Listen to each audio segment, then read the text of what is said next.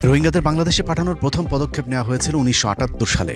শহীদ president Ziaur Rahman president থাকাকালীন হঠাৎ করেই মিয়ানমার সেনাবাহিনী আরাকানে একটি অপারেশন পরিচালনা করে, যার নাম দেওয়া হয় অপারেশন ড্রাগন।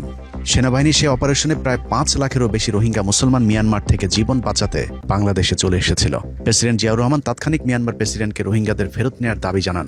উত্তরে মিয়ানমার সরকার রোহিঙ্গাদের বাংলাদেশি নাগরিক দাবি করে তাদেরকে ফেরত নিতে অস্বীকৃতি জানালে জিয়াউর রহমান হুমকি দিয়ে মিয়ানমার সরকারকে বলেছিলেন, অনতিবিলম্বে রোহিঙ্গাদের ফেরত না নিলে মিয়ানমার থেকে আসার সকল রোহিঙ্গা মুসলমানদেরকে প্রশিক্ষণ দিয়ে অস্ত্রসহ আবারও মিয়ানমারে পাঠানো হবে। তারপর তারাই সিদ্ধান্ত নেবে রোহিঙ্গারা আরাকানে থাকবে নাকি বাংলাদেশে। বাংলাদেশ সরকারের এমন সিদ্ধান্তের পর সীমান্তে উত্তেজনা দেখা দেয়। মিয়ানমার এবং বাংলাদেশ দুই পক্ষ থেকে সীমান্তে সেনা মোতায়েন করলে যুদ্ধের আশঙ্কা তৈরি হয়।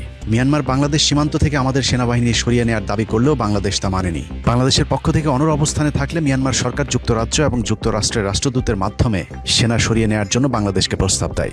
পশ্চিমা দুই শক্তিশালী রাষ্ট্রের মধ্যস্থতায় রোহিঙ্গাদের নিজ দেশে ফেরত নেওয়ার শর্তে সীমান্ত থেকে সেনা ফিরিয়ে আনতে রাজি হয় বাংলাদেশ সরকার। তারপরে জিয়াউর রহমানের বলিষ্ঠ সেই ভূমিকায় রোহিঙ্গারা আবারও আরাকানে ফিরে যেতে সামর্থ্য হয়। ১৯৯২ সালে রোহিঙ্গাদের আবারও বাংলাদেশে পাঠানোর লক্ষ্যে মিয়ানমার সেনাবাহিনী টেকনাফ বিডিআর ক্যাম্পে হামলা করে। এতে একজন বিডিআর সদস্য নিহত হলেও আতর্কিত সেই হামলার সাথে সাথে বিডিআর পাল্টা হামলা চালালে ১২ জন মিয়ানমারের সেনা নিহত হয়।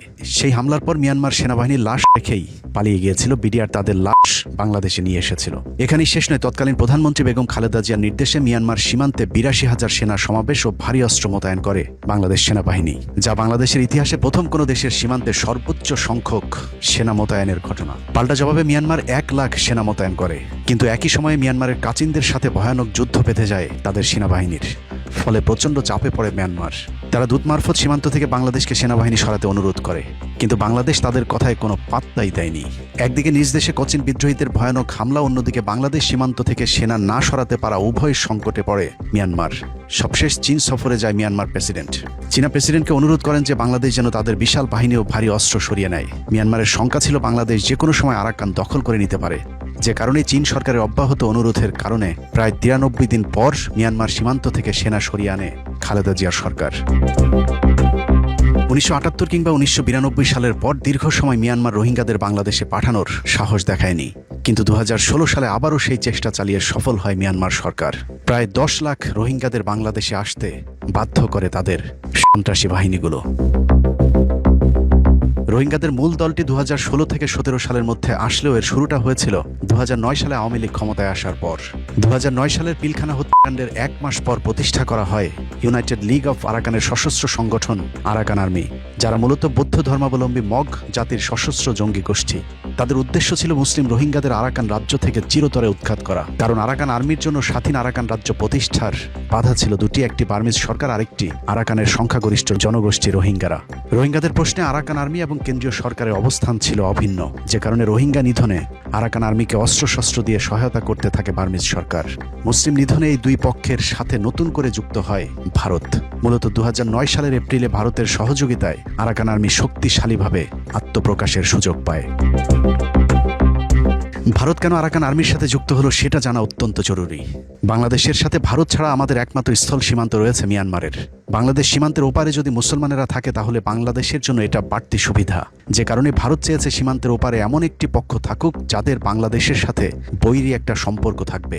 যে কারণে পিলখানা হত্যাকাণ্ডের মাধ্যমে সীমান্তে বিডিআরের মেরুদণ্ড ভেঙে দেওয়ার পর শক্তিশালী করা হয় আরাকান আর্মিকে। আরাকান আর্মি মিয়ানমারের জঙ্গি সংগঠন হলেও তারা ভারতের অস্ত্র, অর্থ এবং প্রশিক্ষণ পেয়ে থাকে।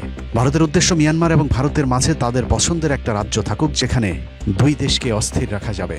যে কারণে মিয়ানমার সরকারের বিরুদ্ধে যুদ্ধ করলেও ভারতের সাথে আরাকান আর্মির সম্পর্ক অত্যন্ত ঘনিষ্ঠ। ভারতীয় সহায়তায় ২০০৯ সালে আরাকান আর্মির প্রতিষ্ঠা লাভের পর রোহিঙ্গাদের উপর পৈশাচিক নির্যাতনের শুরুটা হয় ২০১২ সালে। আগের ধারাবাহিকতায় রোহিঙ্গা মুসলমানদের সাথে সুকৌশলে দাঙ্গা বাঁধানো হয়, চলে নির্বিচারে হত্যাযজ্ঞ। আগের মতোই রোহিঙ্গারা জীবন বাঁচাতে ছুটে আসে নাফ নদীর তীরে, কিন্তু এবারের চিত্র ভিন্ন। বাংলাদেশের পক্ষ থেকে মিয়ানমার সরকারকে চাপ না দিয়ে উল্টো আওয়ামী লীগ সরকারের বেশ কয়েকজন এমপি মন্ত্রী সংসদে দাঁড়িয়ে রোহিঙ্গাদের বিরুদ্ধে বিষোদগার শুরু করেন। It is up to their government, so you should put pressure or you should talk to the Myanmar government, not to Bangladesh. It is not the Bangladesh people's responsibility, right? Awami লীগের রোহিঙ্গা বিদ্বেষী এরকম বক্তব্যের পর আশ্রয়প্রার্থী রোহিঙ্গাদের নৌকাগুলোকে আবারও মৃত্যুর মুখে ঠেলে দেয় বাংলাদেশ সরকার।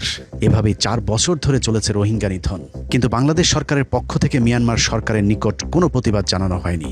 মিয়ানমার সরকার বুঝে যায় ওপারের দেশটিতে এখন আর জিয়াউর রহমান কিংবা খালেদা জিয়ার মতো সরকার নেই, অতএব এটাই তাদের জন্য আদর্শ সময়।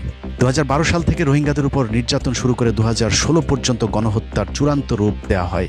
রোহিঙ্গা মুসলমানদের উপর এতটা নগ্নভাবে পাশবিক নির্যাতন চালানো হয় যে প্রায় 10 লাখ রোহিঙ্গা মুসলমান বাংলাদেশে আসতে বাধ্য হয়। আল্লাহর কাছে দোয়া করি, আল্লাহর কাছে মোনাজাত করি, আজিয়া ইউনিট দিয়ে আই বিয়াগুনি মিলি সাম্যর ঈদ যেন ওনারা নিজত বাড়ির দিকে ঈদ করিত পারেন।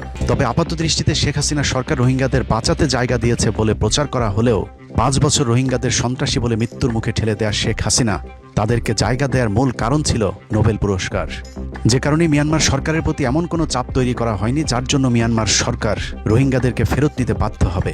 ফলশ্রুতিতে রোহিঙ্গাদের স্থায়ী আবাসস্থল হিসেবে রূপ নেয় বাংলাদেশ। এটা আমার ছোট বোনের হ্যাঁ ওরই কথা। তুমি 16 কোটি মানুষকে ভাত খাওয়াও, তুমি কি আর কয়েক লক্ষ লোককে খাওয়া দিতে পারবো না? আর আমরা কেন পারবো না? তখন আমরা একবেলা খাবো, একবেলা খাবার তাদের দেবো। অথচ 2012 সালেই যদি বাংলাদেশ সরকার শক্তভাবে মুসলিম হত্যার প্রতিবাদ করত তাহলে আগের মতোই মিয়ানমার সরকার পিছু হাঁটতে বাধ্য হতো। সেই সাথে রোহিঙ্গা মুসলিম ভাই বোনদের সম্মান এবং জীবন দুটোই বেঁচে যেত। কিন্তু তা করা হয়নি। এমনকি 10 লাখ রোহিঙ্গাদের প্রবল ইচ্ছা থাকা সত্ত্বেও কার্যকরভাবে তাদেরকে ঘরে ফেরানোর কোনো ব্যবস্থা নেয়নি শেখ হাসিনার সরকার। বাংলাদেশ সরকার চাইলে রোহিঙ্গাদের অস্ত্র এবং ট্রেনিং দিয়ে আরাকানে পাঠিয়ে পুরো অঞ্চলটি মুসলমানদের দখলে নিতে পারত, কিন্তু সেটা করেনি কারণ ভারত সেটা চায়নি। এভাবে ভারতের পরামর্শে চলে পুরো পার্বত্য চট্টগ্রাম বাংলাদেশ সেনাবাহিনীর নিয়ন্ত্রণের বাইরে চলে গিয়েছে। বস্তুত পার্বত্য চট্টগ্রামের উপর এখন বাংলাদেশের কোনো নিয়ন্ত্রণ নেই। কিছুটা জেএসএস, কিছুটা ইউপিডিএফ আর বাকিটা আরাকানের দখলে যাবার পথে। অনেকে বলে থাকেন ইউনূস সরকার কিছুটা ভারতের বিরুদ্ধে দাঁড়ালেও রোহিঙ্গাদের পক্ষে কাজ না করে বরং আরাকান আর্মির পক্ষেই কাজ করেছে তার সরকার। আমরা একটা নতুন বাস্তবতায় আছি। সত্যিকার অর্থে আমরা একজন নতুন প্রতিবেশী।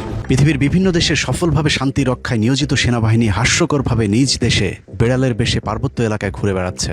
এ যেন নখ দন্তহীন এক বাঘ। কিন্তু প্রশ্ন হলো, সেনাবাহিনী কি আসলেই দুর্বল নাকি তাদেরকে দুর্বল করে রাখা হয়েছে?